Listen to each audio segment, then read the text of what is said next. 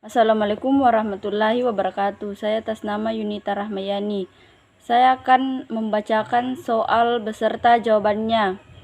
Yang pertama, apakah perbedaan larutan HCl dalam benzena tidak dapat mengantarkan arus listrik, tetapi larutan HCl dalam air dapat mengantarkan arus listrik? Jawabannya B. HCl dalam benzena tidak dapat mengantarkan arus listrik karena HCl tidak terrealisasi sehingga tidak terdapat ion-ion bergerak bebas yang dapat mengantarkan listrik, sedangkan larutan HCl dapat mengantarkan arus listrik karena HCl terrealisasi sempurna dalam air.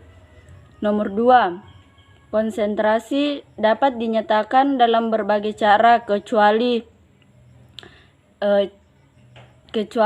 C. Persen kadar. 3. Syarat-syarat larutan baku primer di bawah ini kecuali A. Zat tidak mudah larut dalam pelarut yang tidak dipilih. 4. Di bawah ini zat yang termaksud dalam dapat membuat larutan baku primer kecuali D. NaOH.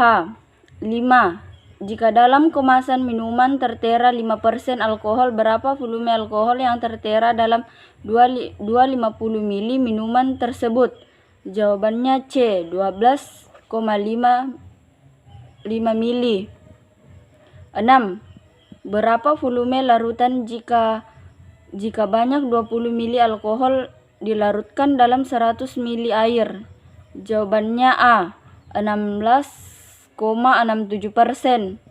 7. Untuk memisahkan suatu cairan yang terdiri dari 2 atau lebih zat dengan rentang titik didih yang jauh berbeda dapat digunakan metode pemisahan. Jawabannya C. Destilasi bertingkat. 8. Metode pemisahan dengan pelarut yang sesuai adalah B. Ekstraksi. 9. Proses pelepasan elektron oleh sebuah molekul atom atau ion disebut A. Oksidasi. 10. Istilah yang menjelaskan berubahnya bilangan oksidasi ke dalam oksidasi atom-atom dalam sebuah reaksi kimia. Jawabannya C. Redoks. 11. Yang tidak termaksud dalam kerja enzim seperti kecuali anak kunci melalui hidrolisis senyawa gula dengan enzim invertase adalah A. Enzim memiliki sisa aktivitas terdapat melekat substrat. 12. Mekanisme metabolit obat meliputi reaksi biokimia, oksidasi, reduksi, dan hidrolisis untuk mengubah obat menjadi metabolit yang lebih polar, bersifat indikatif, kurang atau lebih aktif dari bentuk asalnya disebut dengan B. Reaksi fase 2. 13. Hal-hal yang dapat mempengaruhi metabolisme kecuali D. Merek obat. Reaksi fase 2 konjugasi terpenting dalam konjugasi dengan beberapa senyawa kimia kecuali D. Amlodipin.